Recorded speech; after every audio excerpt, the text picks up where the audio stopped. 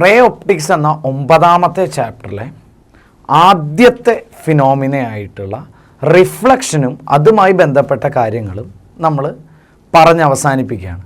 ഇനി നമ്മൾ അടുത്ത ഒരു ഫിനോമിനയിലേക്ക് പോവാണ്. അതിനെ നമുക്ക് റിഫ്രാക്ഷൻ എന്നുള്ളതാണ്.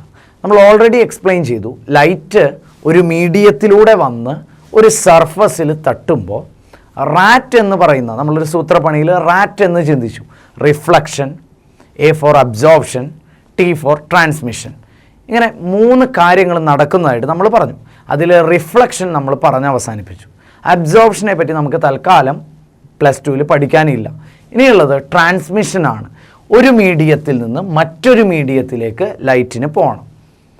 അതുമായി ബന്ധപ്പെട്ട ഒരു ഫിനോമിനയാണ് റിഫ്രാക്ഷൻ. ട്രാൻസ്മിഷൻ ഓഫ് ലൈറ്റുമായി ബന്ധപ്പെട്ട കാര്യമാണ് റിഫ്രാക്ഷൻ എന്ന് പറയുന്നത്. ഇനി നമ്മൾ വീണ്ടും റിഫ്ലക്ഷനിലേക്ക് പോയി കഴിഞ്ഞാൽ നമ്മൾ കൃത്യമായിട്ട് പഠിച്ചതാണ്, reflection involves change in path of light, അല്ലേ? റിഫ്ലക്ഷൻ, ലൈറ്റ് വന്നു, ചേഞ്ച് ഉണ്ടാവുന്നു. ലൈറ്റ് എല്ലായ്പ്പോഴും അതേ പാത്തിൽ പോവല്ല ചെയ്യുന്നത്. ചേഞ്ച് ഇൻ പാത്ത് ഹാപ്പൻസ്, ലൈറ്റിൻ്റെ പാത്തിന് ചേഞ്ച് ഉണ്ടാവുന്നു. But there is no change in medium. Light ഏത് മീഡിയത്തിൽ നിന്ന് വന്നു, തട്ടി അതേ മീഡിയത്തിലേക്ക് തിരിച്ചു പോവുകയാണ് ചെയ്യുന്നത്. There is no change in medium. അതാണ് റിഫ്ലക്ഷൻ. പക്ഷേ റിഫ്രാക്ഷനെ സംബന്ധിച്ചിടത്തോളം ഞാനിവിടെ അതിൻ്റെ ഒരു ഫിഗർ വരച്ചിരിക്കുകയാണ്. ലൈറ്റ് ഫസ്റ്റ് മീഡിയത്തിൽ ട്രാവൽ ചെയ്യുകയാണ്. ലൈറ്റ് ഈ ബ്ലൂ കളറിൽ മാർക്ക് ചെയ്തിരിക്കുന്നതാണ് incident light. It strikes on a surface, അല്ലെങ്കിൽ this is the interface between 2 medias. ഒരു മീഡിയത്തിൽ നിന്ന് മറ്റൊരു മീഡിയത്തിലേക്ക് ലൈറ്റ് കടക്കുകയാണ്. ഡാർക്ക് ലൈനാണ് അതിൻ്റെ ഇൻ്റർഫേസ്, 2 മീഡിയത്തിനെയും സെപ്പറേറ്റ് ചെയ്യുന്ന ഭാഗം. At the point of interface, there is a deviation happens for the path of light. അല്ലേ? പ്രകാശത്തിൻ്റെ പാതയ്ക്ക് ഒരു ഡീവിയേഷൻ ഉണ്ടാവും. ഈ ഫിനോമിനയ്ക്ക് പറയുന്ന പേരാണ് റിഫ്രാക്ഷൻ എന്നുള്ളത്. ഇത് 1ാമത്തെ മീഡിയം. വേണമെന്നുണ്ടെങ്കിൽ നമുക്കൊരു മീഡിയം എക്സാമ്പിൾ എയർ, വാട്ടർ, ഇതൊക്കെ എന്താണ്? ഓയിൽ, ഇതൊക്കെ എന്തിന് എക്സാമ്പിളാണ്? മീഡിയത്തിന് എക്സാമ്പിളാണ്. All are example for medium. This is a first medium and ഇത് 2ാമത്തെ മീഡിയമാണ്. 1ാമത്തെ മീഡിയവും 2ാമത്തെ മീഡിയമാണ്. ലൈറ്റ് വന്നു, ഇതിനെ നമുക്ക് ഇൻസിഡൻറ്റ് റേ എന്ന് പറയാം. ഇത് തട്ടിയ, അല്ലെ, ഇൻ്റർഫേസ്, ഇത് ഇൻ്റർഫേസ് ആണ്, 2 മീഡിയത്തിനെ സെപ്പറേറ്റ് ചെയ്യുന്ന ഭാഗം. ഈ പോയിന്റിനെ നമുക്ക് പോയിന്റ് ഓഫ് ഇൻസിഡൻസ് എന്ന് പറയാം. വന്ന് വീണ പോയിന്റ് ഓഫ് ഇൻസിഡൻസ്. അവിടെ വെച്ച് ലൈറ്റ് ഒന്ന് ബെൻഡ് ആവുന്നു. ലൈറ്റിൻ്റെ ആക്ച്വൽ പാത്താണ് ഞാൻ ഈ ഡോട്ടഡ് ലൈനിൽ കാണിച്ചിരിക്കുന്നത്. പക്ഷെ ആക്ച്വൽ പാത്തിലല്ല പോകുന്നത്, ലൈറ്റ് ഒന്ന് ബെൻഡായിട്ട്, അല്ലേ? ആ ഫിനോമിനയാണ് റിഫ്രാക്ഷൻ. അതുകൊണ്ട് നമ്മൾ ഈ പുറത്ത് കടന്ന എമർജൻറ്റ് റേനെ നമ്മൾ എന്തു പേര് പറഞ്ഞു? റിഫ്രാക്റ്റഡ് റേ എന്നുള്ള പേരിലാണ് അറിയപ്പെടുന്നത്. ദെൻ ഈ പോയിന്റ് ഓഫ് ഇൻസിഡൻസിൽ നമ്മൾ ഈ ഇൻ്റർഫേസിന് ഒരു നോർമൽ വരച്ചു. നമ്മൾ ഇതിനു മുമ്പ് റിഫ്ലക്ഷനിലൊക്കെ വരച്ച പോലെ നോർമൽ വരച്ചു. ഇൻസിഡൻറ്റ് റേയും നോർമലും തമ്മിലുള്ള ആംഗിളാണ് ആംഗിൾ ഓഫ് ഇൻസിഡൻസ്. നമ്മൾ സെയിം റിഫ്ലക്ഷനിലും പറഞ്ഞു. ഇൻസിഡൻറ്റ് റേ റിഫ്ലക്ഷനിലും റിഫ്രാക്ഷനിലും ഉണ്ട്. ഫസ്റ്റ് മീഡിയത്തിൽ കൂടെ വരുന്ന ആ ലൈറ്റും ഇൻസിഡൻറ്റ് ലൈറ്റും നോർമലും തമ്മിലുള്ള ആംഗിളാണ് ആംഗിൾ ഓഫ് ഇൻസിഡൻസ്.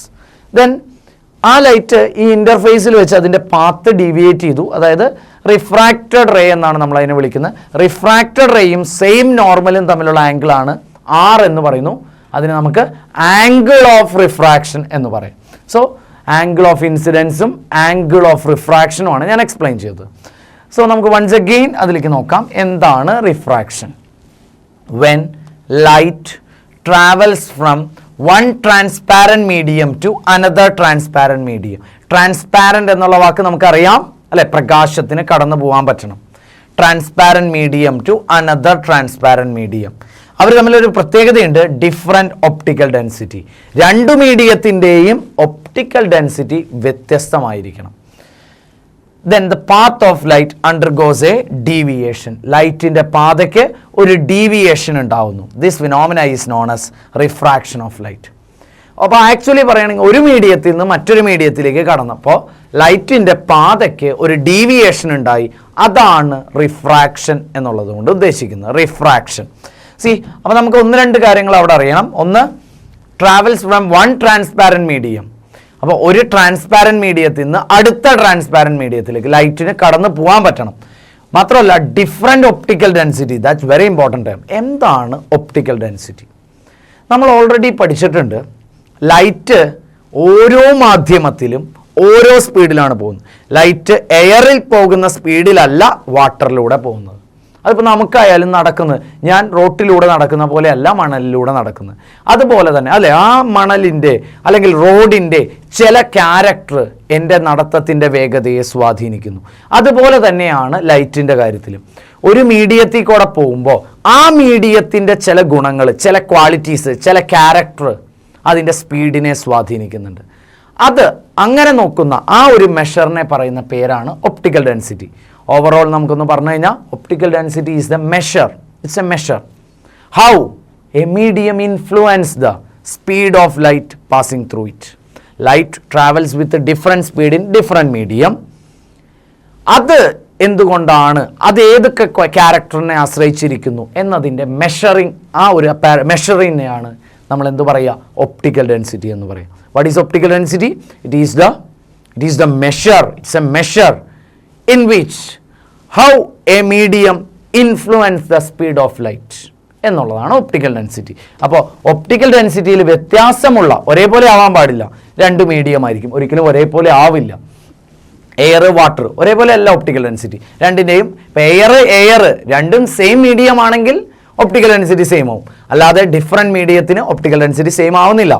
അപ്പോൾ ഫസ്റ്റ് മീഡിയത്തിൽ നിന്ന് സെക്കൻഡ് മീഡിയത്തിലേക്ക് ലൈറ്റ് കടക്കുന്നു. ശ്രദ്ധിക്കണം, ഹാവിങ് ഡിഫറെൻറ്റ് ഒപ്റ്റിക്കൽ ഡെൻസിറ്റി, വ്യത്യസ്തമായ ഒപ്റ്റിക്കൽ ഡെൻസിറ്റി ഉള്ള ഒരു മാധ്യമത്തിൽ നിന്ന് അടുത്ത മാധ്യമത്തിലേക്ക് കടക്കുന്നു, ഒരു മീഡിയത്തിൽ നിന്ന് അടുത്ത മീഡിയത്തിലേക്ക് കടക്കുന്നു.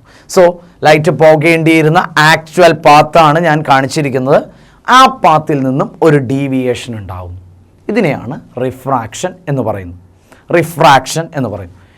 നമ്മൾ ഇൻസിഡൻറ്റ് റേ പറഞ്ഞു, റിഫ്രാക്റ്റഡ് റേ പറഞ്ഞു, നോർമൽ പറഞ്ഞു അല്ലേ. സോ ആംഗിൾ ഓഫ് ഇൻസിഡൻസ് എന്താണെന്ന് നമുക്കറിയണം. Angle of incidence, angle I is the angle of incidence, angle between incident ray and normal. Angle of refraction, angle between refracted ray അല്ലെ, emergent ray and normal. That angle is angle R.